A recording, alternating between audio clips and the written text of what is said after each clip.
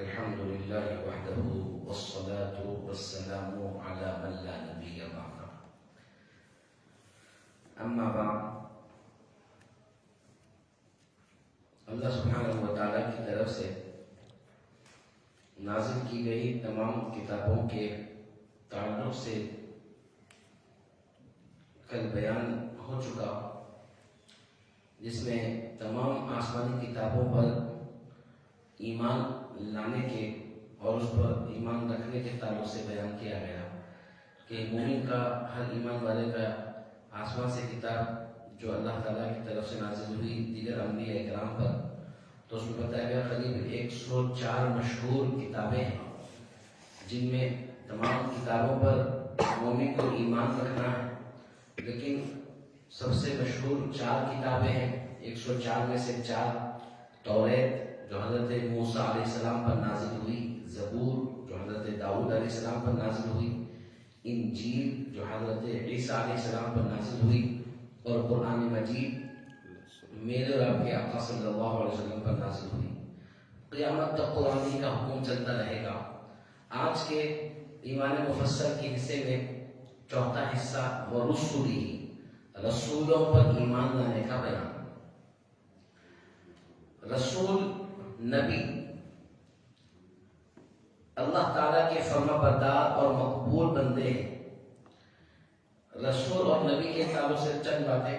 رسول اور پیغمبر دونوں ہم معنی ہیں، ایک ہوتا ہے رسول اور ایک ہوتا ہے پیغمبر۔ رسول کے معنی جس کو بھیجا گیا، پیغمبر کے معنی پیغام پہنچانے والے۔ یہ 2 چیزیں، ایک ہم معنی اور اس کا درجہ بھی ایک ہے۔ دوسرا ہوتا ہے نبی۔ نبی اور رسول میں فرق ہوتا ہے، اور فرق یہ ہے کہ جن کو کتاب اور نیا دین اللہ کی طرف سے ملا، جیسے ہمارے رسول صلی اللہ علیہ وسلم یا حضرت موسیٰ علیہ السلام وغیرہ، ہم ان کو رسول کہتے ہیں۔ یعنی رسول کی تعریف یہ ہے کہ جس کو نیا دین اور نئی کتاب ملی ہو اس کو رسول کہتے ہیں، اور جن کو نیا دین اور نئی کتاب نہیں ملی بلکہ پیچھے گزرے ہوئے نبی کی ہی تعلیمات کو آگے بڑھائے ہیں ان کو نبی کہتے ہیں۔ یہ ہو گیا نبی اور رسول میں فرق۔ نبی الگ ہوتے ہیں، رسول الگ ہوتے ہیں درجے کے اعتبار سے۔ آسان الفاظ میں رسول پیغمبر ایک معنی، رسول ان کو کہتے ہیں جن کو نئی شریعت اور آسمانی کتاب جن پر نازل کی گئی اللہ کی طرف سے، ان کو کہتے ہیں رسول۔ اب انہی رسول کی کتاب اور انہی کی تعلیمات کو آگے بڑھائے اگر تو ان کو کہتے ہیں نبی۔ یہ نبی اور رسول کا فرق ہے۔ اللہ تعالیٰ کے فرما بردار اور مقبول بندے ہوتے ہیں نبی اور رسول دونوں۔ اللہ تعالیٰ نے ان کو مخلوق کی ہدایت کے لیے وقتاً فوقتاً دنیا میں بھیجا۔ لوگوں کی ہدایت، رہنمائی اور رہبری کے لیے اللہ پاک نے ان کو چنا۔ مخلوقات انسان میں اگر کوئی افضل ترین جماعت ہے اللہ کے بعد تو وہ حضرات انبیاء اکرام کی ہے۔ اب حضرت انبیاء اکرام قریب 1,24,000 انبیاء اکرام تشریف لائے دنیا میں، کم و بیش۔ تو ان تمام انبیاء اکرام میں سب سے اونچا مرتبہ میرے اور آپ کے پیارے آقا صلی اللہ تعالی علیہ وسلم کا ہے۔ اور یہ سب انسان تھے اور سب مرد عالی خاندان اور کامل العقل تھے۔ تمام انبیاء اکرام بڑے اونچے گھرانے، اچھے اونچے خاندان کے، اور بالکل ہر طرح کے عیب سے، کمی کجی سے پاک صاف تھے اللہ تعالیٰ نے، کیونکہ جو اللہ کا پیغام بندوں تک پہنچانے والے ہیں ان کا معصوم ہونا اور غلطیوں سے پاک صاف ہونا لازم و ضروری ہے۔ اگر کچھ غلطی ہو جائے اور کچھ کمی بیشی رہ جائے تو پھر یہی بات ہوگی کہ بھائی غلطی سے ایسا ہو گیا ہوگا، ایسا بولے ہوں گے، نعوذ باللہ من ذالک۔ اسی لیے انبیاء اکرام معصوم ہوتے ہیں اور ہر طرح کی کمی کجی سے پاک ہوتے ہیں، اونچے بڑے خاندان کے ہوتے ہیں اور کامل العقل ہوتے ہیں۔ سب راست باز، راست یعنی بالکل سچ بولنے والے، بالکل حق بیانی کرنے والے، سچے، اور اس کے علاوہ امانت دار، نیکوکار، معصوم یعنی گناہوں سے پاک صاف ہیں۔ اسی طریقے سے بتایا گیا کفر، شرک، جھوٹ، خیانت، وعدہ خلافی وغیرہ کبھی ان سے سرزد نہیں ہوئی۔ اعلان نبوت سے پہلے نہ اعلان نبوت کے بعد. یعنی نبوت کا اعلان کرنے سے پہلے بھی کبھی کوئی گناہ ان سے سرزد نہیں ہوا اور نہ اعلان نبوت کے بعد کوئی غلطی وغیرہ ہوئی نہ بھول چوک ہوئی. جیسا کہ میرے اور آپ کے پیارے آقا صلی اللہ علیہ وسلم تقریباً 40 سال تک نبوت کا اعلان نہیں فرمایا. 40 سال تک کوئی معمولی عمر وقت نہیں ہے. 40 سال تک کفار کے درمیان میں رہے, نبوت کا اعلان نہیں فرمایا. اور 40 سالوں میں حضور نے اخلاق کا, محبتوں کا مظاہرہ فرمایا, لوگوں کو قریب کیا, سچائی اور حق بیانی سے آپ نے اپنے حق پر ہونے کی دلائل ان کے سامنے پیش فرمائے. اور 40 سال کی عمر کے بعد اللہ تعالیٰ نے حکم دیا کہ محبوب اب وقت آ گیا ہے, اب اعلان کیجئے. تو عمر 40 سال ہونے کے بعد ہمارے نبی نے نبوت کا اعلان کیا. اللہ تعالیٰ کے احکام پہنچانے میں رتی برابر بھی کمی و زیادتی نہ کرتے اور نہ ان میں کبھی بھول چوک ہوتی تھی. یہ انبیاء اکرام کی شان ہے کہ ان سے کوئی بھول چوک نہیں ہوتی انبیاء اکرام سے. جیسا کہ میں نے عرض کیا کہ غلطیوں سے, کمی کجی سے وہ لوگ پاک ہیں. ان سے غلطی ہونے کا تصور بھی نہیں کیا جا سکتا. کیوں؟ اس لیے کہ وہ اللہ کی طرف سے بھیجے ہوئے ہیں, وہ لوگ اللہ کا پیغام پہنچا رہے ہیں. اگر ان سے غلطی, بھول چوک کا تصور کریں گے تو ڈائریکٹ اللہ کے احکام پر کمی آئے گی, وہاں پر اعتراض ہوگا. اسی لیے ہر مومن کا یہ عقیدہ ہونا ہے کہ انبیاء اکرام معصوم ہوتے ہیں, غلطیوں سے پاک صاف ہوتے ہیں. جو کچھ انہوں نے خلق کو سنایا اور ہدایت دی سب حق ہے. انبیاء بہت ہوئے ہیں, سب انبیاء پر بلا تعین تعداد ایمان لانا چاہیے. اگرچہ کل انبیاء کی تعداد 1,24,000 کم و بیش بتائی گئی ہے اور انہی میں 313 رسول ہونا مشہور ہے. یعنی نبی اور رسول میں فرق بتائے تو 313 1,24,000 میں سے 313 رسول گزرے ہیں, رسول اور پیغمبر جن کو نئی شریعت, نئی کتاب دی گئی. 313 اس میں بھی کچھ آگے پیچھے ہو سکتے ہیں, لیکن عقیدہ یہ رکھنا ہے کہ صحیح تعداد اللہ ہی کو معلوم ہے. کتنے انبیاء کرام آئے, کتنی کتابیں نازل ہوئی, کتنے رسول اللہ تعالیٰ نے بھیجے, اس کا صحیح تعین اور تعداد صرف اللہ ہی کو معلوم ہے. پھر فرمایا گیا کہ کوئی صالح, ولی, قطب, غوث, غز کیسے ہی بزرگ و کامل کیوں نہ ہو, کبھی کسی نبی کے درجے کو نہیں پہنچ سکتے. انبیاء اکرام نیک بندوں کا مقام و مرتبہ الگ ہے, انبیاء اکرام کا مقام و مرتبہ الگ ہے. حالانکہ انبیاء اکرام میں الگ الگ درجے ہیں. تلک الرسل فضلنا بعضهم على بعض. اللہ نے فرمایا کہ ہم نے رسولوں کو بھیجا لیکن ان میں سے بعضوں کو بعض پر فضیلت عطا فرمائی. انبیاء اکرام کے درجے ہیں نبیوں کے, رسولوں کے. لیکن کوئی دوسرا انبیاء اکرام کے علاوہ کوئی امتی, مخلوق میں سے کوئی بندہ کتنی ہی عبادت کر کے اللہ کی ولایت, قطبیت, غوثیت اور بڑا سے بڑا مقام حاصل کیوں نہ کر لے, وہ کسی نبی و رسول کے قریب تک بھی نہیں پہنچ سکتے. یہ ہمارا کو عقیدہ رکھنا ہے, عقیدوں میں سے اہم ترین عقیدہ. نبی کی نبوت معلوم کرانے کے لیے اللہ تعالیٰ نے ہر نبی کے ہاتھ سے ایسے ایسے خلاف عادات کام کرائے جو کسی مخلوق سے ممکن نہیں. ایسے کاموں کو معجزے کہتے ہیں. معجزے, لفظ معجزہ, جیسے چاند کا انگلی کے اشارے سے 2 ٹکڑے ہو جانا, جانوروں کا کلام کرنا, کنکریوں کا تسبیح پڑھنا, خشک ستون کا رونا, انگلیوں سے اتنا پانی نکلنا کہ ایک لشکر سیراب ہو جائے, وغیرہ وغیرہ. یہ ہمارے آقا صلی اللہ علیہ وسلم کے معجزے ہیں. یعنی لوگوں کو دلائل دینے کے لیے اور نبوت کا اعلان کرانے کے لیے اور حق کی پہچان کے لیے اللہ تعالیٰ انبیاء کرام کو اختیارات عطا فرماتا. یہ اختیارات, یہ قوت و طاقت اللہ کی طرف سے آتے ہیں. جیسا کہ ہم اہل سنت و جماعت کا عقیدہ ہے کہ ہمارے نبی اختیار والے ہیں, مختار ہیں, جو چاہے کر سکنے والے ہیں. اب اس عقیدے میں ایک بات جو اہم ترین ہے وہ یہ ہے کہ اہل سنت و جماعت کا یہ عقیدہ نہیں ہے کہ اللہ کے نبی کا اختیار ان کا ذاتی ہے, اپنی طرف سے طاقتیں مل گئی, نہ, بلکہ اللہ جو قادر مطلق ہے, اللہ نے یہ اختیارات عطا فرمائے. اللہ نے ہمارے نبی کو یہ شان عطا فرمائی. کیسی شان کہ چاند کے طرف انگلی سے اشارہ کر رہے ہیں، چاند کے 2 ٹکڑے ہو رہے ہیں۔ لشکر کے پاس پانی نہیں ہے، سینکڑوں کی تعداد میں لشکر ہے، کسی سے پوچھا کہ بھائی پانی ہے تو کہا پانی نہیں ہے، بالکل تھوڑا سا ہے، ایک آدمی پی اتنا، کہا کہ میرے پاس لاؤ، پانی لایا گیا۔ حضور پاک نے اپنا دست مبارک اس لوٹے کے اندر ڈال کر اوپر سے کپڑا اڑا دیا اور اس کے بعد کہا کہ لوٹے کو پلٹا کر پانی دو، تو آپ کے مبارک انگلیوں سے چشمہ پھوٹ پڑا اور پانی نکلنا شروع ہوا، اور جتنے لشکر میں لوگ تھے تمام لوگوں نے اپنی پیاس بجھائی اور خوب پانی پیے۔ یہ ہمارے آقا صلی اللہ علیہ وسلم کے معجزات۔ تو ایسے کام جو عام بندوں کا تصور بھی جس کی طرف نہ جا سکتا ہو، کرنا تو دور کی بات ہے، ایسے کاموں کو کیا کہتے ہیں؟ معجزہ، جو انبیاء کرام سے ہوتے ہیں۔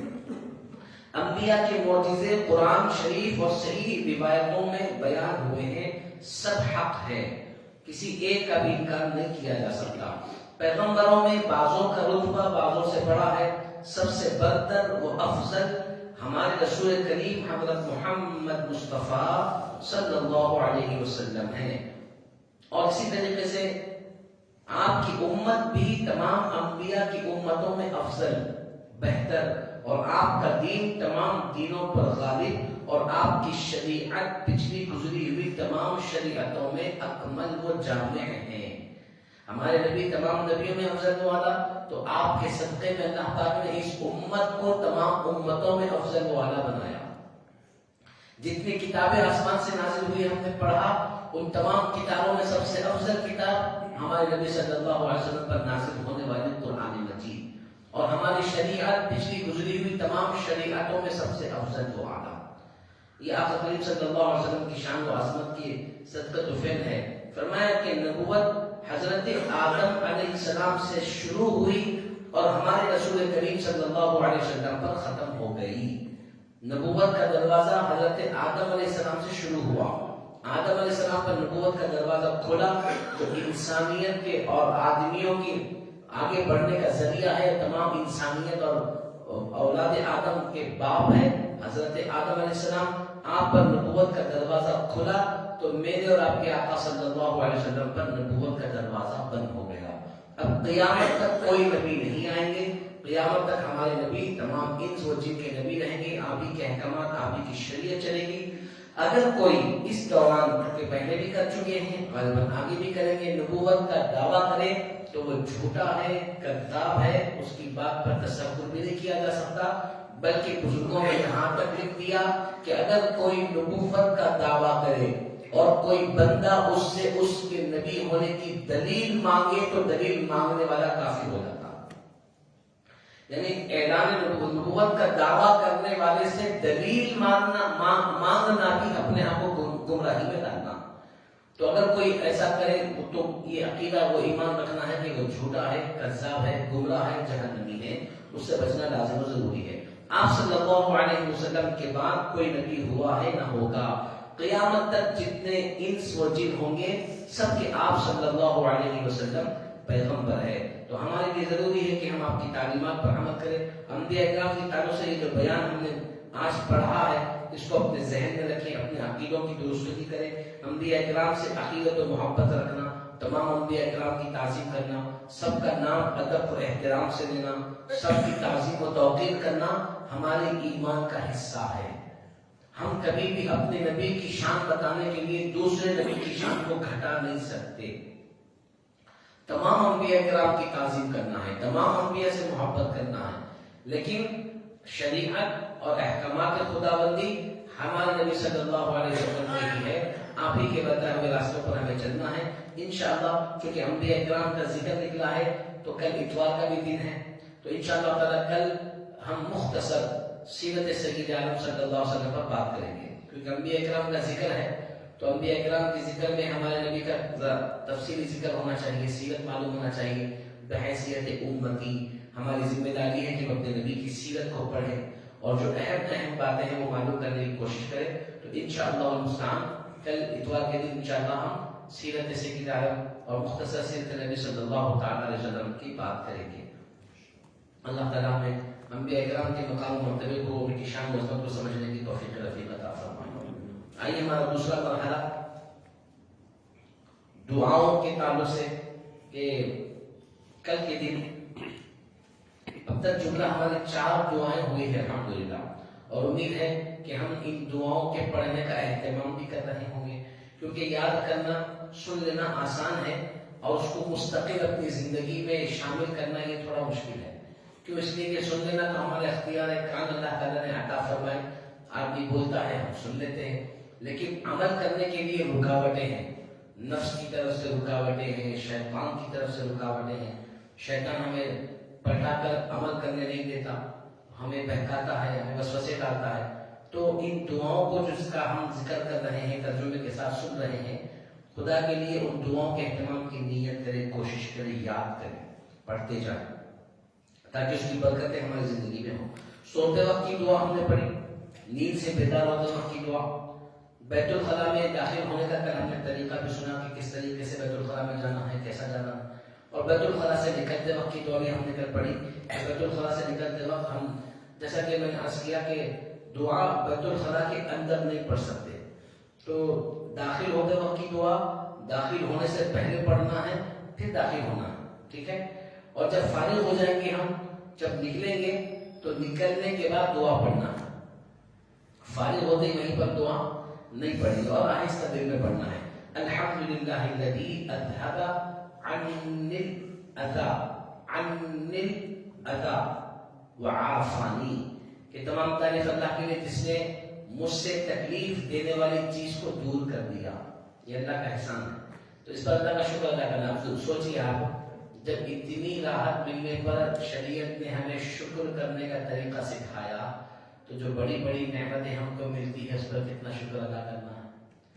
بھئی یہ حالت میں جا کے آ رہے ہیں ہم، اور الفاظ یہ بول رہے ہیں، ہمارے نبی ہم کو یہ سکھا رہے ہیں کہ اے اللہ تیرا شکر ہے کہ تو نے میرے پاس سے تکلیف دینے والی چیز کو دور کر دیا، اور واقعی تکلیف دینے والی اگر وہ گھر اندر ہی رہی تو تکلیف ہی تکلیف ہے، اور اس کو راحت عطا فرمائی، تو اس پہ بھی شکر کر رہے ہیں اللہ کا۔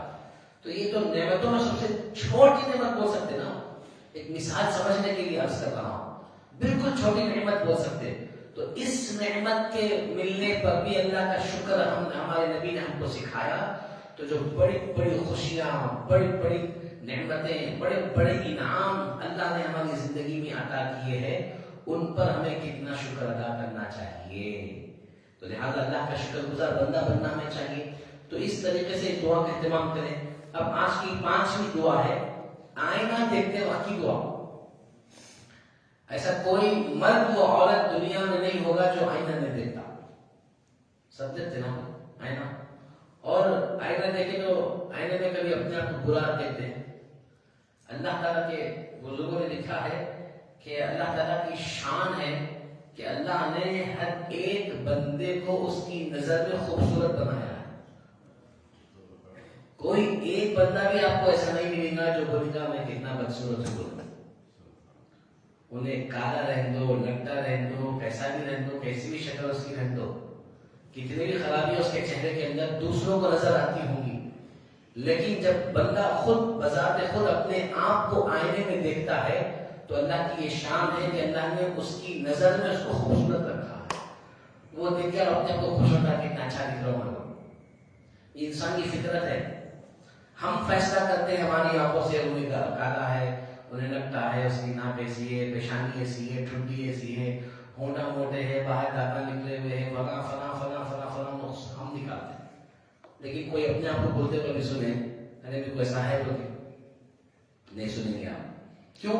اس لیے کہ اللہ تعالیٰ نے ہر ایک کو اپنی نظر میں خوبصورت بنایا ہے۔ اب ہمارے آقا نے کیا فرمایا کہ جب اللہ نے یہ حسن دیا ہے اور خوبصورتی کی جو حساسیت عطا فرمائی ہے، جب آپ اپنے آپ کو چہرے میں آئینے میں چہرہ دیکھیں تو جب اب آپ اپنے آپ کو اچھا محسوس کرنے لگے تو دعا کرو اللہم کما حسنت خلقی فحسن خلقی، اللہم کما حسنت خلقی فحسن خلقی۔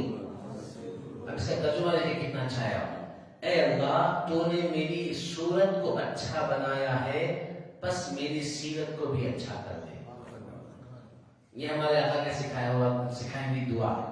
اب ہم اگر اب تک نہیں کرتے تھے اس دعا کو تو بزرگوں نے لکھا ہے کہ جو کوئی آئینے میں چہرہ دیکھنے والا اپنے لیے یہ دعا کرتا ہے تو خود بخود اس کی سیرت، اس کے اخلاق، اس کے اطوار اچھے ہونا شروع ہو جاتے ہیں۔ الگ سے ہمیں پریکٹس بھی کرنا ہے، تربیت لینا ہے، سیکھنا ہے، یہ تو ہے ہی، لیکن اس دعا کی برکت سے قدرتی طور پر اللہ کی عطا سے ہمارے حالات سدھرنا شروع ہو جاتے ہیں جب ہم یہ دعا کا اہتمام کرتے ہیں۔ بڑی آسان دعا ہے، مختصر دعا ہے، اور اگر اتنی مختصر دعا بھی خدا نہ خواستہ یاد نہیں ہوئی تو ترجمہ تو ہے ہی ذہن میں رہنے کے لیے۔ اے اللہ تو نے میری صورت کو اچھا بنایا، سیرت بھی اچھا کر دے، کیونکہ صورتیں اس سے، اور اگر کوئی اپنے آپ کو خود اگر کمتر سمجھ رہا ہے، بدصورت سمجھ رہا ہے، تو بعض صورتیں تو ایسی ہے جو دیکھنے کی بھی قابل نہیں ہوتی، بس کے چہرے جل جاتے ہیں، داغ دھبے ایسے خطرناک آ جاتے ہیں، بیماریاں آ جاتے ہیں، بعض کو ایک آنکھ مکمل نہیں ہوتی، بعض کو ایک ہی آنکھ ہوتی ہے، بعض کو کچھ نظر ہی نہیں آتا، کسی کی ناک کٹی ہوئی ہوتی ہے، کسی کو کچھ نہ کچھ نقص ہوتا ہے، لیکن اللہ نے ہمارے چہرے کو اچھا بنایا۔ اور حدیثوں میں لکھا ہے کہ اللہ تعالیٰ نے انسان کے وجود کو بنایا اور اس کو روح ڈالنا چاہا تو روح ڈالنے سے پہلے اللہ نے اپنے دستے مبارک سے انسان کے چہرے کو بنایا، اپنے دستے مبارک سے، باقی کا حکم دیا کہ ہو جا۔ اللہ کی شان یہ ہے کہ وہ فرماتا ہے کن ہو جا فیکون، وہ چیز ہو جاتی ہے، الگ سے بنانے کی ضرورت نہیں۔ لیکن انسانوں کے چہروں کو یہ اعزاز ہے، فیس کو یہ اعزاز ہے کہ اللہ نے اپنے دستے مبارک سے، دست قدرت سے اللہ پاک نے انسانوں کے چہرے کو بنایا۔ اسی لیے بزرگوں، ہمارے بڑے بزرگوں فرماتے کہ منہ پہ نہیں ماننا، چہرے پہ نہیں ماننا۔ کیوں؟ ایک وجہ، چہرے پہ مانگنے سے منع کرتے بچوں کو، کسی کو مانگنے سے منع کرتے، تو لہٰذا یہ دعا کا آپ اہتمام کریں۔ ایک مرتبہ پڑھ لیں، اللہم کما حسنت خلقی فحسن خلقی۔ اے اللہ تو نے ہمارے چہرے کو اچھا بنایا ہے، میری صورت کو اللہ تو نے اچھا بنایا ہے، بس میری سیرت کو بھی اچھا بنا دے۔ اللہ تعالیٰ ہمیں دعاؤں پر عمل کرنے کی توفیق عطا فرمائے۔ آئیے سورہ فاتحہ کی طرف ہمارا ہے کہ نماز میں کوئی نماز ہماری ایک ایسی نہیں ہے جس میں ہم سورہ فاتحہ نہ پڑھتے ہو۔ سورہ فاتحہ پڑھنا ضروری ہے، بغیر سورہ فاتحہ کی تلاوت کے نماز ہی نہیں ہوتی، تو لہذا سورہ فاتحہ پڑھنا ضروری ہے، تو اس کی اصلاح بھی ضروری ہے، تو اس کی طرف توجہ کریں گے۔ اعوذ باللہ من الشیطان الرجیم، بسم اللہ الرحمن الرحیم، الحمد للہ رب العالمین، الرحمن الرحیم، مالک یوم الدین۔ یہاں تک ہم پڑھے تھے، اب آگے کی آیت ہے ایاک نعبد و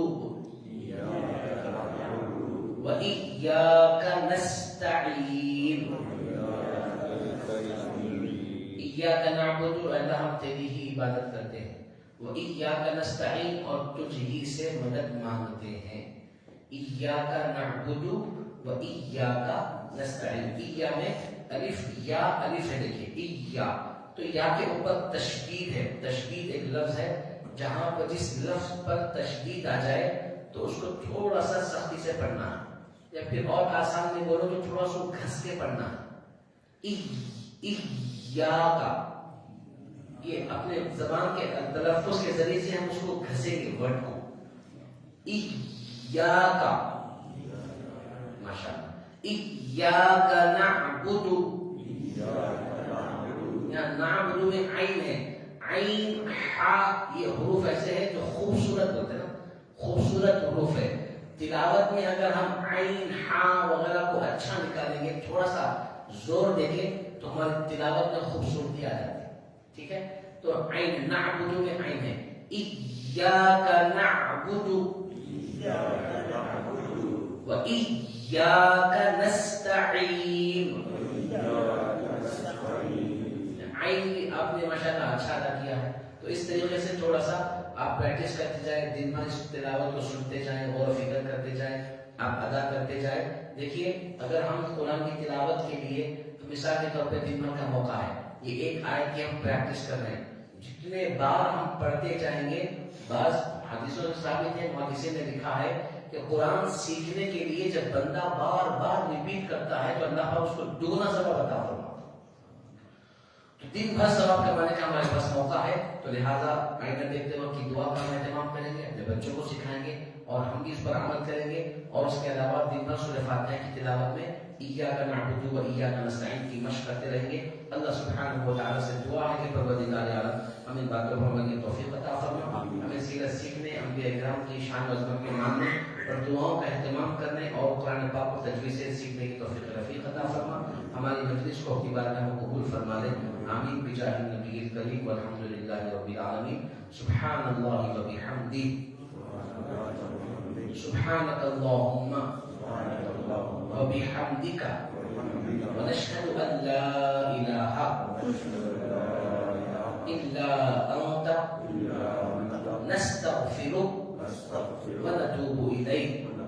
اللہم صل علی سیدنا محمد وعلى آلہ وأصحابہ أفضل صلواتك وعدد معلوماتك وبارك وسلم۔